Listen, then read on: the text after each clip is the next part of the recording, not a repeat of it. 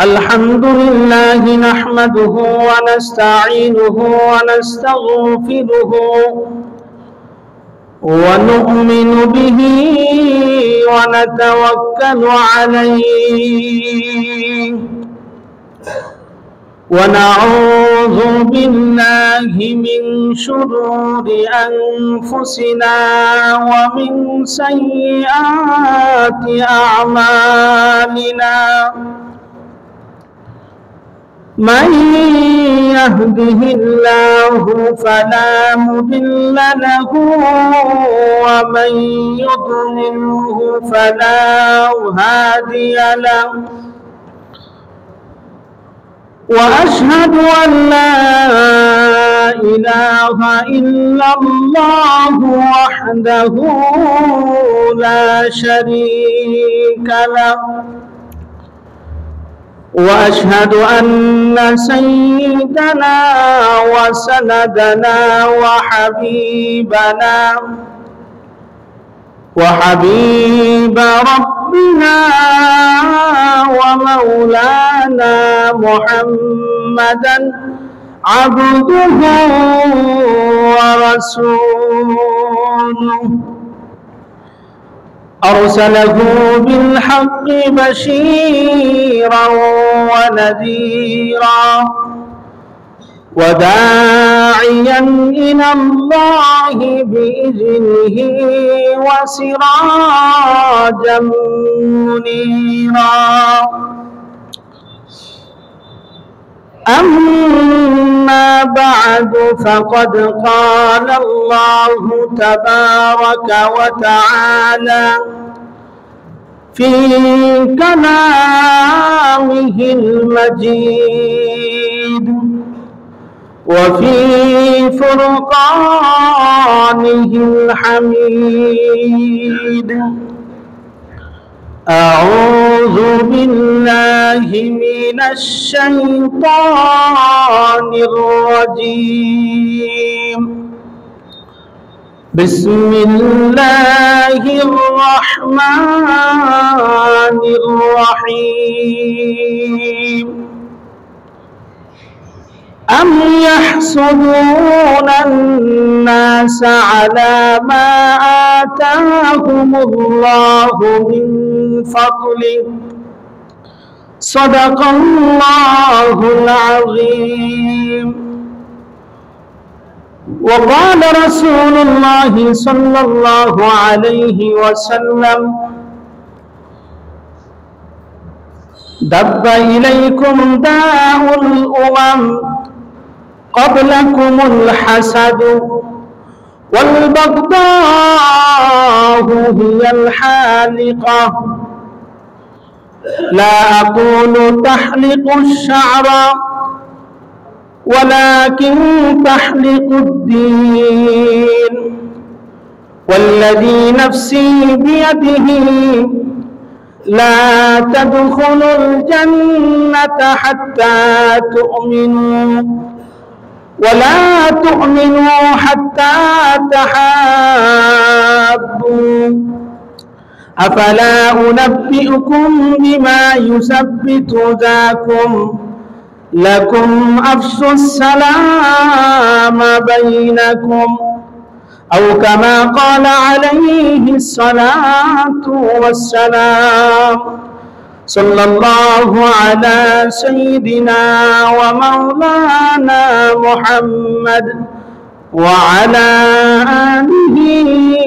وأصحابه وسلم صلى الله على سيدنا ومولانا محمد وعلى آله وأصحابه وسلم بلغ العلا بكماله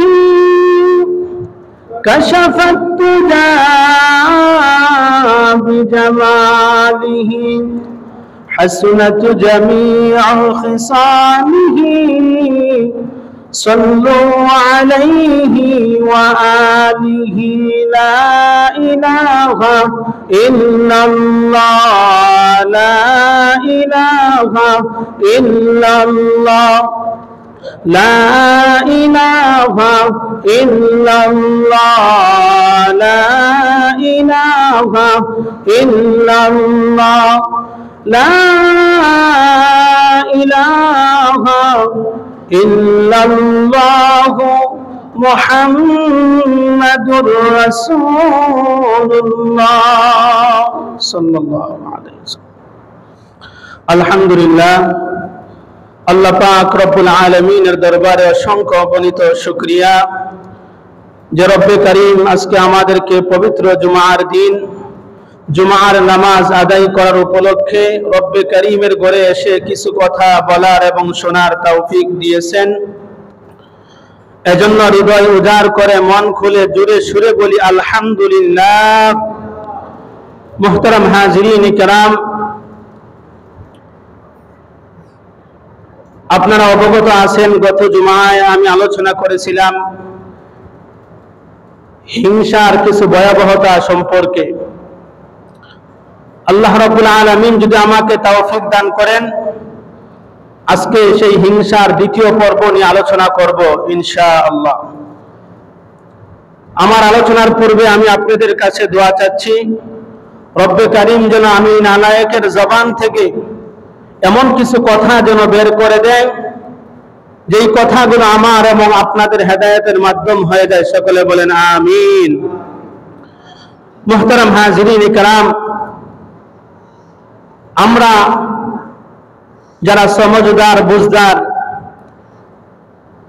সব সময় চেষ্টা করব হিংসা থেকে দূরে থাকার জন্য, পাশাপাশি আমাদের সন্তানদেরকেও হিংসা থেকে আমরা দূরে সরিয়ে রাখব। কোনো অবস্থাতেই সন্তানগণ যেন হিংসুক না হয়, আমরা সেই চেষ্টা করব। হিংসা এটা এমন একটি ব্যাধি, এমন একটি রোগ, এমন একটি অপরাধ, এটা অন্তরের রোগ, এটা ভিতরের রোগ, এটা বোঝা যায় না ভাই। এজন্য বলা হয়েছে তাহারাতুল কলবি আউলা মিন তাহারাতিল আবদান, শরীরের পবিত্রতার চেয়ে অন্তরের পবিত্রতা বেশি উত্তম। সুবহানাল্লাহ সুবহানাল্লাহ। শরীরের পবিত্রতার চেয়ে অন্তরের পবিত্রতা বেশি উত্তম। মুহতারাম হাজিরিন কিরাম, আপনার শরীরের মধ্যে যদি ময়লা হয় তাহলে ওই ময়লা পরিষ্কার করার জন্য সাবান ইত্যাদি রয়েছে। আপনার চুলে ময়লা হলে চুল পরিষ্কার করার জন্য শ্যাম্পু রয়েছে। আপনার দাঁতে ময়লা হলে ওই দাঁত পরিষ্কার করার জন্য টুথপেস্ট রয়েছে। মানুষের প্রতিটা অঙ্গের মধ্যে যদি জংকারে ধরে ময়লা হয়, ওই ময়লা পরিষ্কার করার জন্য একটা না একটা মাধ্যম রয়েছে। কিন্তু আপনার যে আল্লাহ পাক রব্বুল আলামিন যে কলব দিয়েছে, যে অন্তরটা দিয়েছে, ওই অন্তরটার মধ্যে যদি জং ধরে ফেলে, ময়লা ধরে, তাহলে আপনি পৃথিবীর যত মেডিসিন রয়েছে, যত শ্যাম্পু সাবান বলেন, সব কিছু প্রয়োগ করে ওই অন্তরের জংকার কি আপনি পরিষ্কার করতে পারবেন? কথা বলেন। ওই অন্তর পরিষ্কার করার জন্য আল্লাহ একটা হাতিয়ার দিয়েছেন। যে হাতিয়ারটির নাম হলো জিকির। সকাল বিকাল আল্লাহ রাব্বুল আলামিনের জিকির করবেন। এই জিকিরের মাধ্যমে আপনার অন্তরটা আল্লাহ পরিষ্কার করে দিবেন। সুবহানাল্লাহ সুবহানাল্লাহ। এজন্য আল্লাহ রাব্বুল আলামিন সূরাত আশ-শুআরার 88 নং আয়াতে কারিমার মধ্যে আল্লাহ বলেন, ইয়াউমা লা ইয়ানফাউ মালু ওয়ালা বানুন, যেদিন সম্পদ, সন্তান, সন্ততি কোনো উপকারে আসবে না, ইল্লা মান আতাল্লাহ বিকলবিন সালিম, তবে যে আল্লাহ রাব্বুল আলামিনের নিকট সুস্থ অন্তর নিয়ে আসবে। কি অন্তর ভাই? সুস্থ অন্তর, অসুস্থ অন্তর নয়, পবিত্র অন্তর। আল্লাহ রাব্বুল আলামিন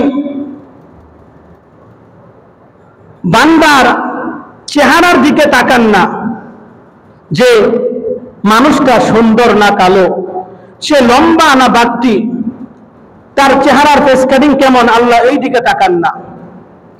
তার সম্পদ সম্পত্তির দিকে আল্লাহ রাব্বুল আলামিন তাকান না।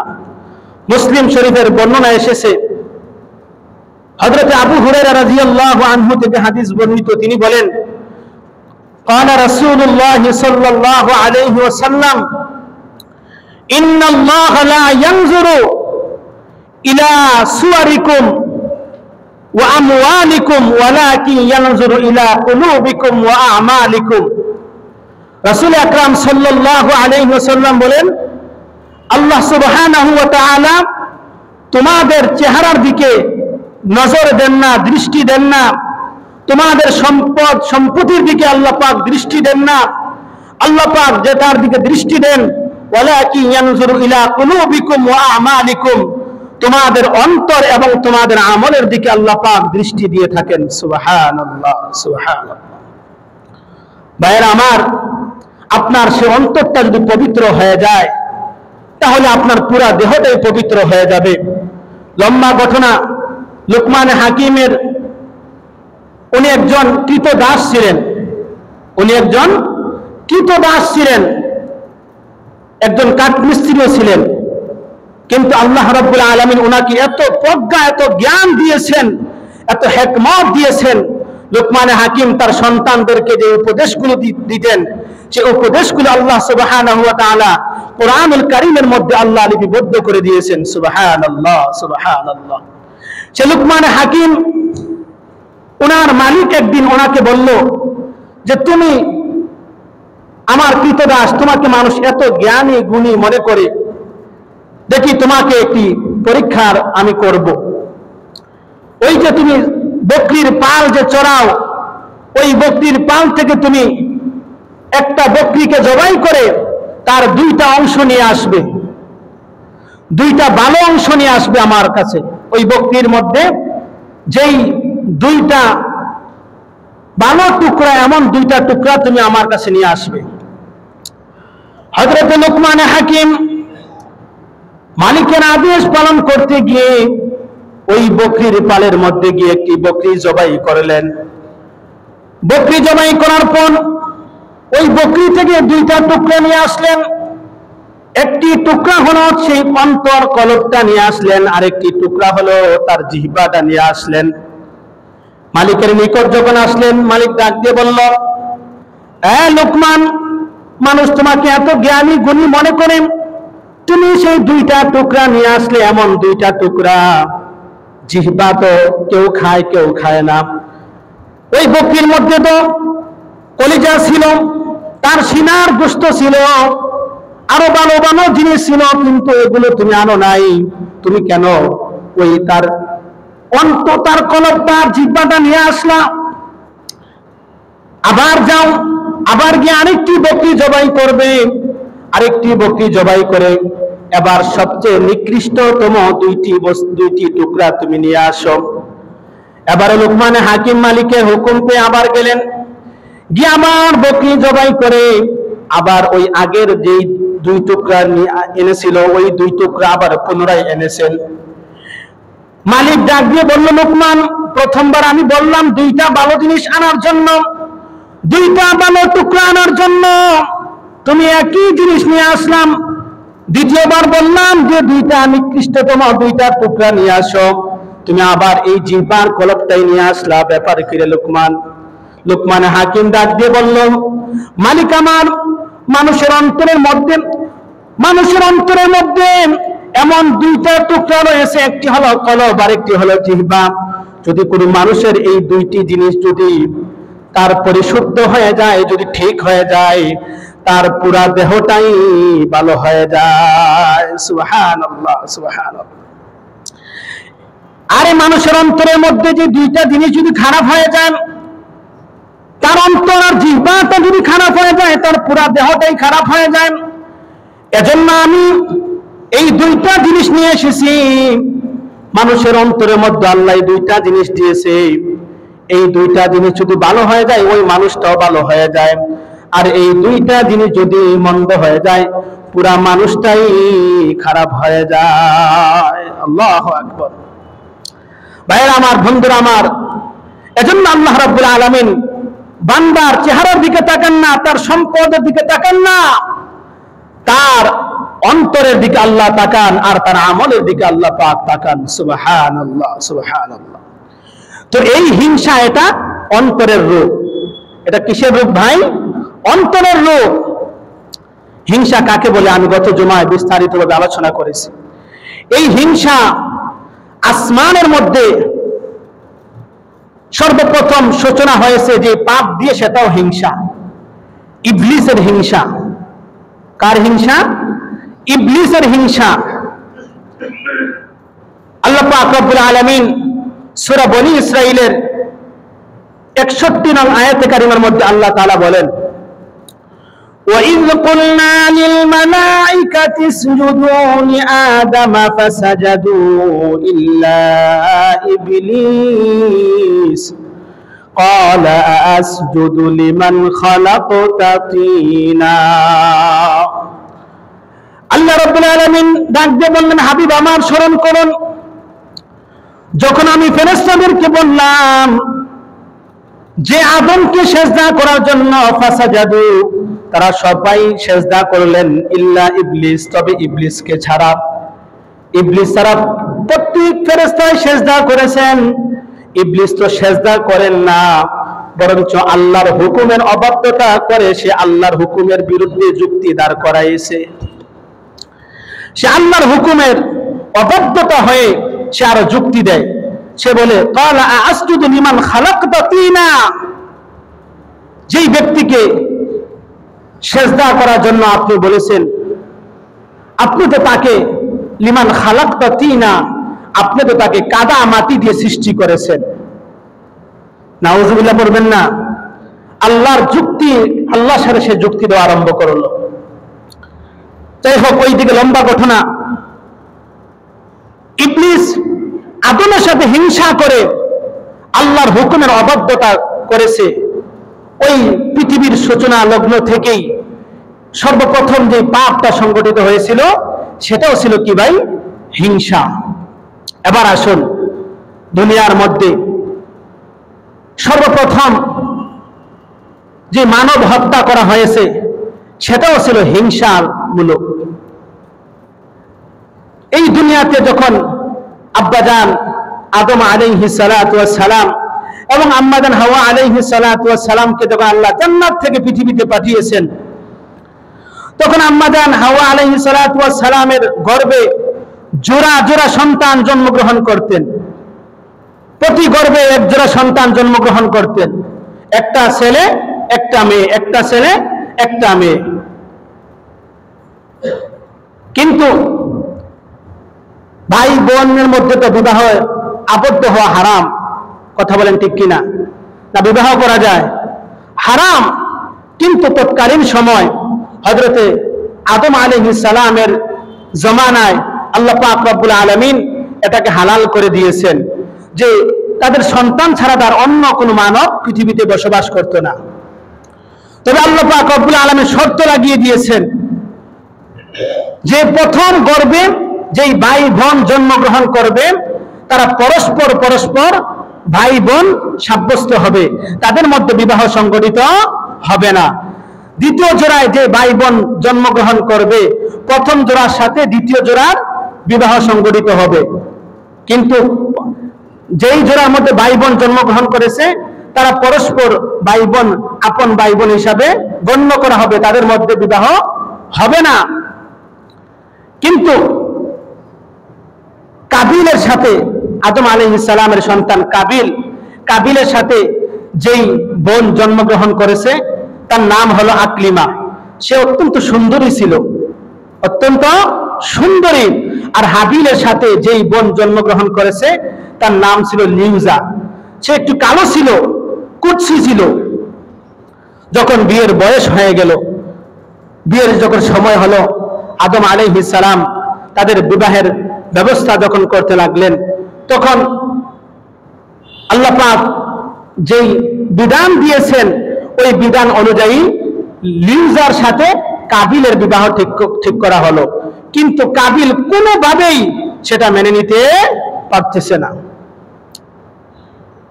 কাবিল যুক্তি দেয় বাবার সাথে, এটা আপনার বানানো আইন, এটা আমি মানি না।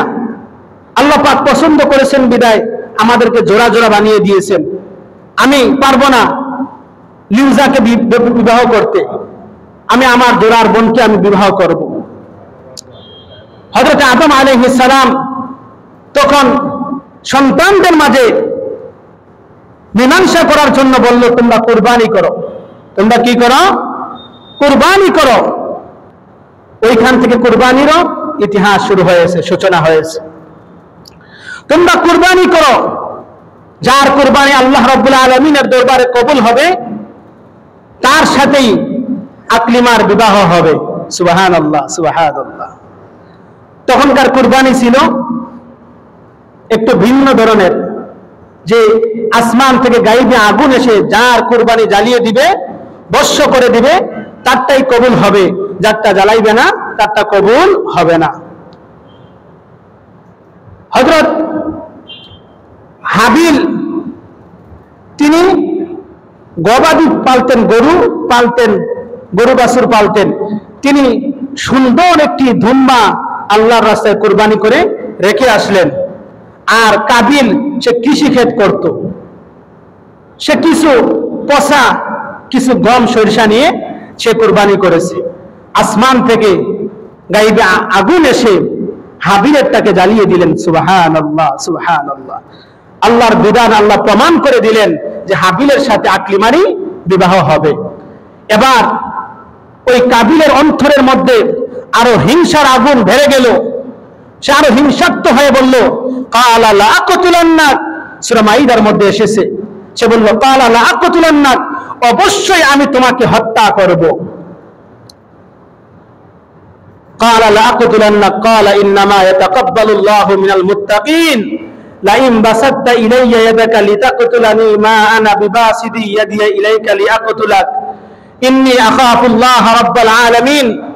হাবিল ডাক দিয়ে বলল, ভাই আপনি যদি আমাকে হত্যা করার জন্য আপনার হাত আমার দিকে বাড়িয়ে দেন, আমি আপনাকে হত্যা করার জন্য আমার হাত আপনার দিকে বাড়াবো না, কারণ ইন্নী আখাফুল্লাহ, আমি আল্লাহকে ভয় করি।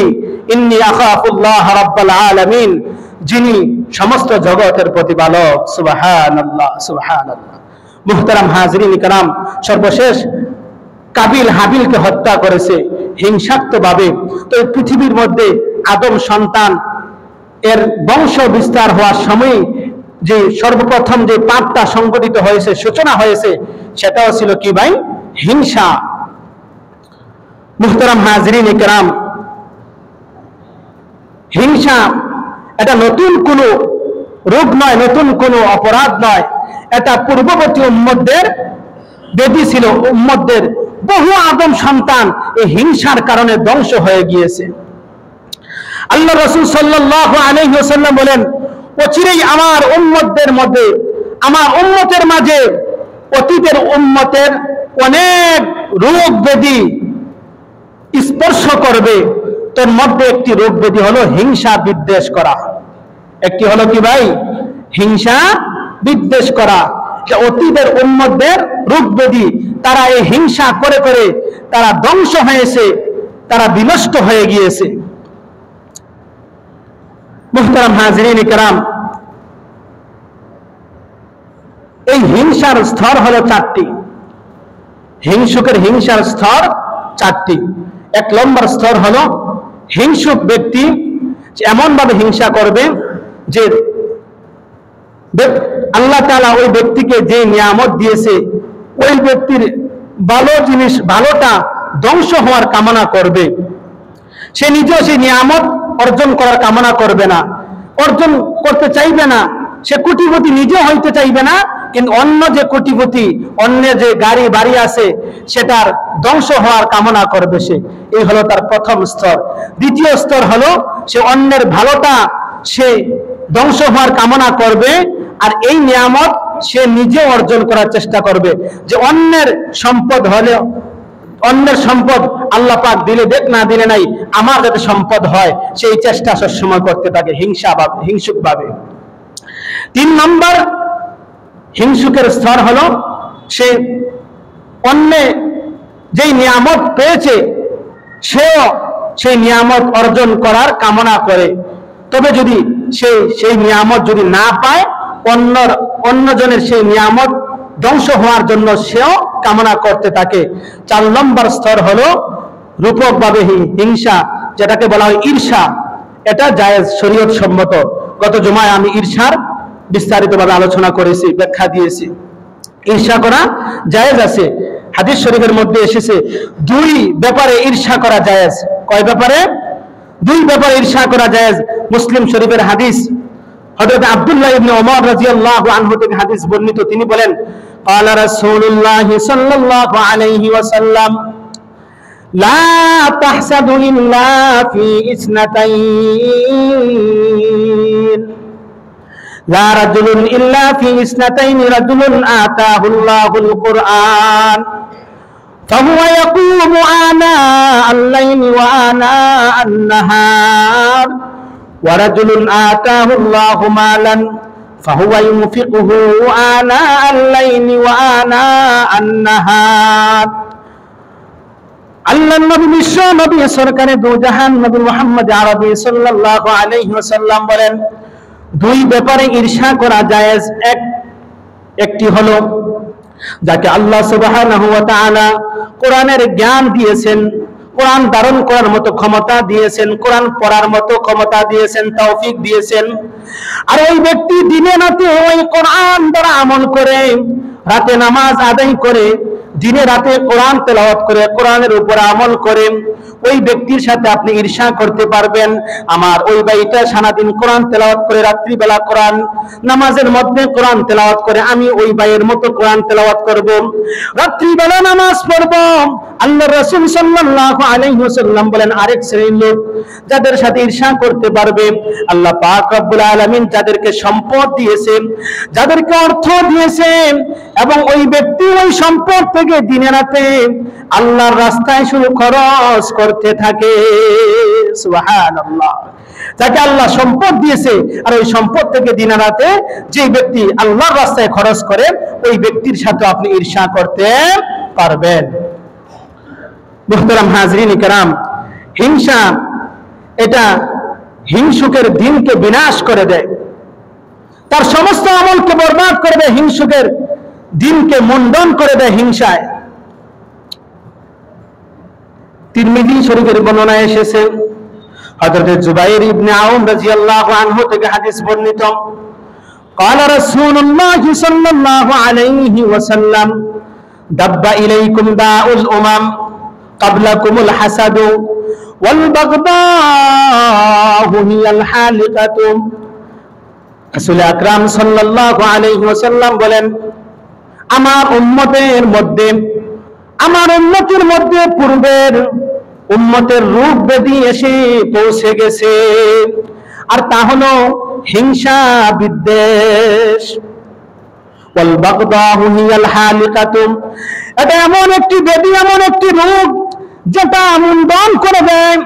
আল্লাহ রাসূল সাল্লাল্লাহু আলাইহি ওয়াসাল্লাম বলেন, ওয়ালা আকুলু তাহলিকুশ শা'রা, আমি চুল মুন্ডন করার কথা বলতেছি না, আমি চুল মুন্ডন করার কথা বলতেছি না, ওয়ালাকিন ইয়ানজুরু তাহলিকুদ্দীন, সেটা এমন একটি ব্যাধি, এমন একটি রোগ যেটা আপনার দিনকে বিনাশ করে দেয়।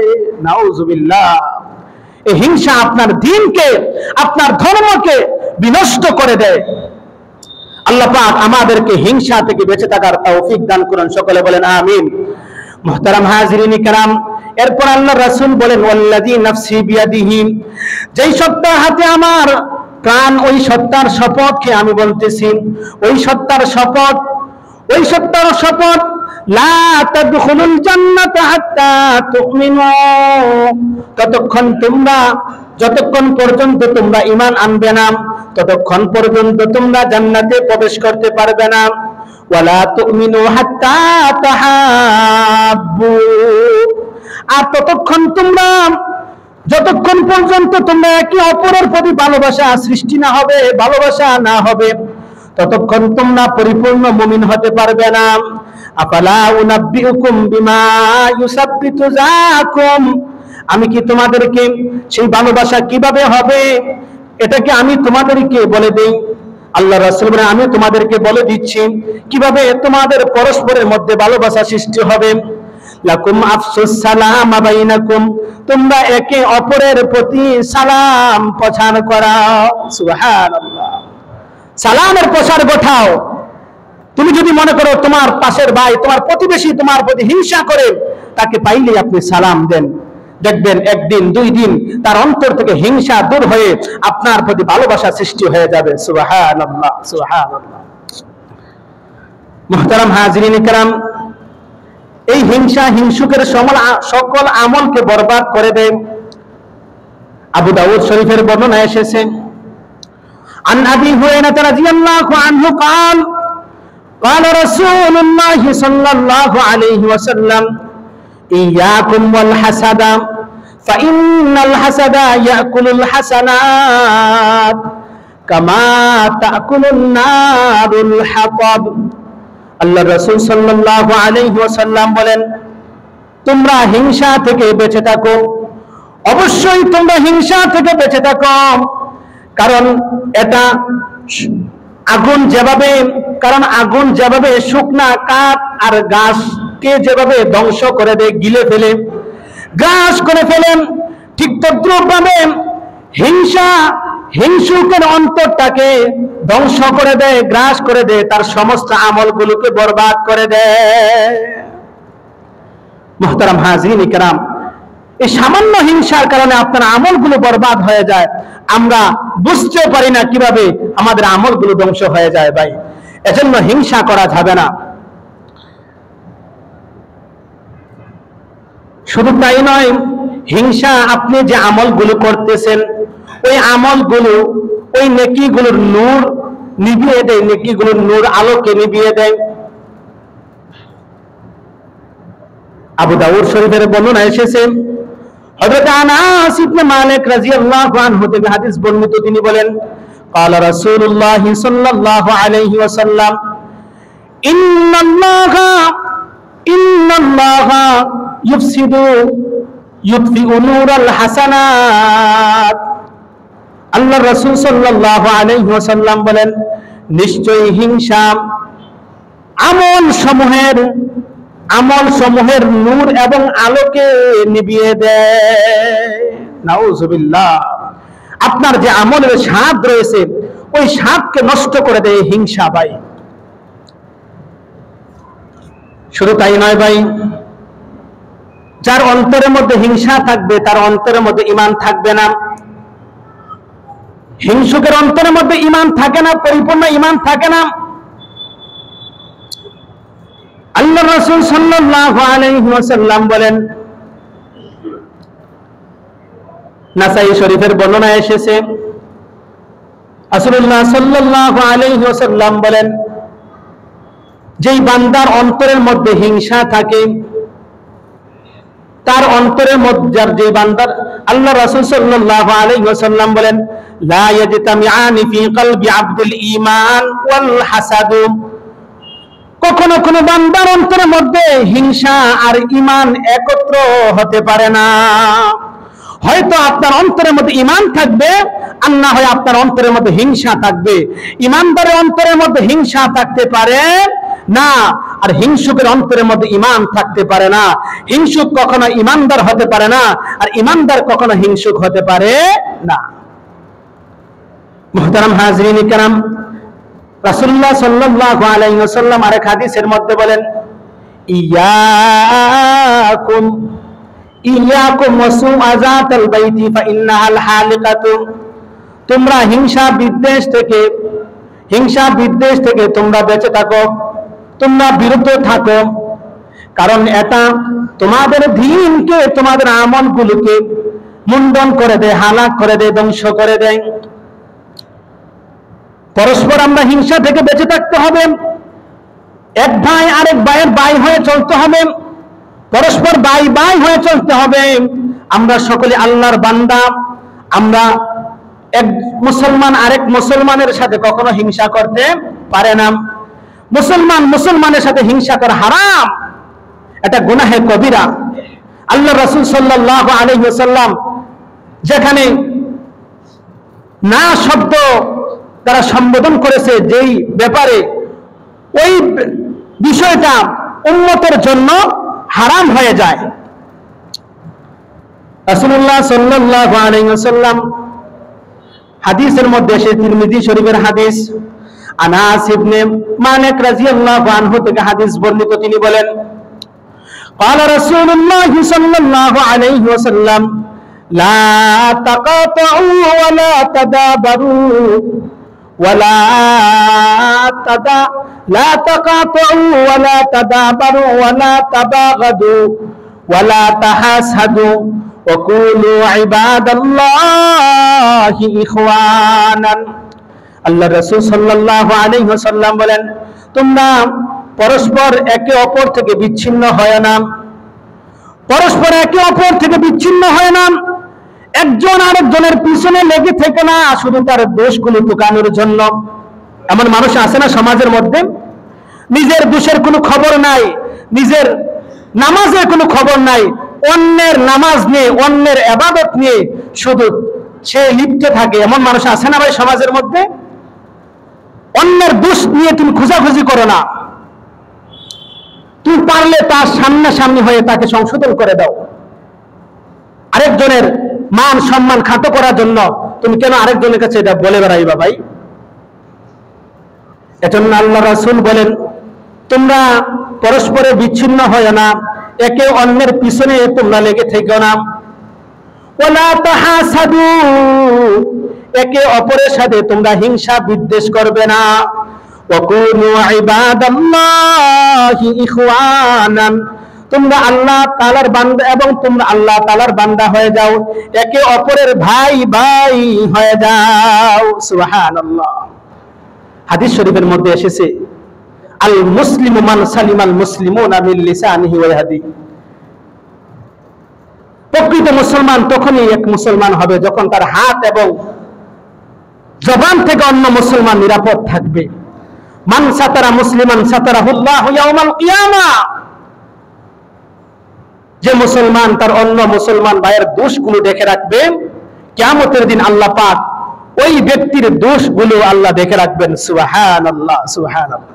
আর আমরা প্রতিযোগিতায় লেগে থাকি কার দোষ কতটুকু আমরা খুঁজে বের করতে পারি। আপনি এক আঙ্গুল দিয়ে ইশারা দিয়ে বলেন উনি দোষী, কিন্তু আপনার দিকে যে 3 আঙ্গুল ফিরে আসে আপনি এটা বুঝতে পারেন না, আপনি নিজে দোষী। আগে নিজের আমলগুলো ঠিক করেন ভাই। অনেক এমন ভাইও আছে হুজুরে কিভাবে দাঁড়াইলে নামাজের মধ্যে কোনো একটা দোষ নিয়ে পাওয়া যায়, দেখা যায় ইমাম সাহেবের দোষ টুকাতে আসে। এমন মানুষের সমাজের মধ্যে আছে।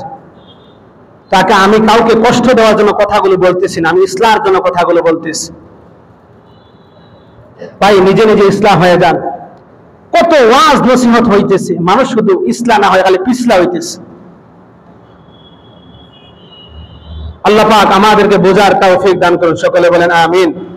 মুহতারাম হাজিরিন ইকরাম, সময় হয়ে যাচ্ছে, আমি ছোট্ট একটি ঘটনা বলে আমার আলোচনা শেষ করে নেব। এক জান্নাতি সাহাবীর ছোট্ট একটি ঘটনা। হযরত আনাস ইবনে মালিক রাদিয়াল্লাহু আনহু থেকে হাদিস বর্ণিত, তিনি বলেন, আমরা রাসূল আকরাম সাল্লাল্লাহু আলাইহি ওয়াসাল্লামের নিকটে বসেছিলাম। এমন সময় আল্লাহ রাসূল সাল্লাল্লাহু আলাইহি ওয়াসাল্লাম আমাদেরকে বললেন, এখন তোমাদের নিকট জান্নাতি এক ব্যক্তি আগমন করবেন। সুবহানাল্লাহ, সুবহানাল্লাহ। এটা আগ্রহ জাগবে না ভাই? জান্নাতি এক ব্যক্তি যদি আমি আপনি দেখি, কত আগ্রহ জাগবে। এই কথা বলার পর কিছুক্ষণ পরই আনসার সাহাবীদের থেকে একজন সাহাবী এসে আগমন করলেন। আল্লাহ রাসূল সাল্লাল্লাহু আলাইহি সাল্লাম একদিন, 2 দিন, 3 দিন কথাটুকু বলছেন। 3 দিন একই সাহাবী এসে ওই সময় আগমন করলেন। হযরত আব্দুল্লাহ ইবনে আমর ইবনুল আস রাদিয়াল্লাহু আনহু, তিনি ওই সাহাবীর পিছনে যাচ্ছিলেন। ওনার বাড়িতে যাওয়ার পর হাদিসের মধ্যে এসেছে 1 রাত বা 3 দিন 3 রাত ওনার বাসায় উনি ছিলেন। কিন্তু উনি লক্ষ্য করলেন, উনি তো রাত্রিবেলা নামাজ পড়ার পর ফজরের আগ পর্যন্ত কোনো ইবাদত করে না, সে ঘুমিয়ে যাচ্ছে। শুধু ফজরের ওযু ছাড়া তার আর কোনো ইবাদত আব্দুল্লাহ ইবনে আমর রাদিয়াল্লাহু আনহু দেখতে পায় না। হযরতে আব্দুল্লাহ ইবনে আমর রাদিয়াল্লাহু আনহু তিনি বলেন, আর আমি ওনার নিকট থেকে সর্বক্ষণ কোনো ভালো কথাও আমি শুনতে পাই না। আব্দুল্লাহ ইবনে আমর রাদিয়াল্লাহু আনহু ওই আনসারী সাহাবীকে ডাক দিয়ে বললেন, ভাই আপনার এমন কি আমল রয়েছে যে আমলের কারণে আল্লাহ রাসূল সাল্লাল্লাহু আলাইহি ওয়াসাল্লাম আপনার ব্যাপারে এই বলেছেন যে আপনি একজন জান্নাতি সাহাবী? ওই ব্যক্তি ডাক দিয়ে বললেন যে আমার কি আমল আছে, কি আছে না আছে এটা তো আপনি দেখেছেন, আপনি আমার সাথে 3টি রাত কাটিয়েছেন। এই কথা শোনার পর হযরত আব্দুল্লাহ ইবনে আমর রাদিয়াল্লাহু আনহু তিনি ফিরে চলে যাচ্ছিলেন, এমন সময় ডাক দিয়ে বললেন, ও নবীর সাহাবী শুনো, আমার মধ্যে আর অন্য কোনো আমল নেই, তবে আমি কোনো মানুষের প্রতি হিংসা রাখি না, কোনো মুসলমানের প্রতি আমি হিংসা বিদ্বেষ রাখি না, আমার এই একটি আমল রয়েছে। হযরত আব্দুল্লাহ ইবনে আমর রাদিয়াল্লাহু আনহু বলেন, তোমার এই বস্তুটার কারণেই আল্লাহ পাক রব্বুল আলামিন তোমার মান সম্মান তোমার ইজ্জত এতটা উঁচু করে দিয়েছেন। সুবহানাল্লাহ সুবহানাল্লাহ। শুধু হিংসা বিদ্বেষ না রাখার কারণে ভাই, এজন্য আমরা প্রত্যেকেই একজন আরেকজনের ভাই হয়ে চলবো, এক মুসলমান আরেক মুসলমানের সাহায্য করব। আজকে বেঈমান কাফেররা, আমরা মুসলমান বিচ্ছিন্ন হয়ে থাকার কারণে বেঈমান কাফেররা আজকে আমাদের উপরে এত হামলা মামলা চালিয়ে যাচ্ছে, কথা বলেন ঠিক কিনা? আমরা যদি আজকে এক হইতাম তাহলে কোনো বেঈমান কাফের, কোনো নাস্তিক মুরতাদ মুসলমানদের উপর উঁচু করে কথা বলার কোনো দুঃসাহস করতো না ভাই। এজন্য হযরত মুহাম্মদ ইবনে সিরিন রাহমাতুল্লাহি আলাইহি তিনি বলেন, আমি মানুষের প্রতি হিংসা কেন করি না? 2টি কারণে। ওনাকে প্রশ্ন করা হলো, আপনি কেন মানুষের প্রতি হিংসা বিদ্বেষ করেন না, রাখেন না? উনি বললেন, আমি 2টি কারণে। হয়তো যেই নিয়ামতটার কারণে তার প্রতি আমি হিংসা করব, এটার কারণে সে যদি জান্নাতি হয়ে যায়, তাহলে জান্নাতের তুলনায় দুনিয়ার সমস্ত নাজ নিয়ামত তো একেবারে নগণ্য তুচ্ছ, কথা বলেন ঠিক কিনা? তো এই তুচ্ছ জিনিস নিয়ে আমি হিংসা করে কি লাভ হবে? সে তো এই দুনিয়ার নাজ নিয়ামত থেকে আরো কোটি কোটি গুণ আরো বড় নাজ নিয়ামত জান্নাত নামক সেই জায়গা সে পৌঁছে গিয়েছে, তার সাথে আমি হিংসা করে কি করব? আরেকটি কারণে আমি হিংসা করি না, ওই ব্যক্তি যদি ওই বস্তুটার কারণে সে যদি জাহান্নামী হয়, তাহলে এই বস্তুটার কারণে সে জাহান্নামে যায়, তাহলে আমি এই বস্তুটার কারণে কেন তার সাথে হিংসা করব? আমিও কি জাহান্নামে যাব নাকি? এজন্য আল্লাহ রাব্বুল আলামিন যাকে যে নিয়ামত দিয়েছেন, ওই নিয়ামতের উপর আপনি আমি সন্তুষ্ট থাকতে হবে। আমি সন্তুষ্ট থাকতে হবে ওই আমার প্রতিবেশী ভাইকে আল্লাহ পাক টাকা পয়সা গাড়ি বাড়ি ধন দৌলত যা কিছু দিয়েছে, আপনিও আল্লাহর কাছে চান, আল্লাহ আমাকে আপনি সচ্ছল বানিয়ে দেন, সচ্ছল বানিয়ে দেন।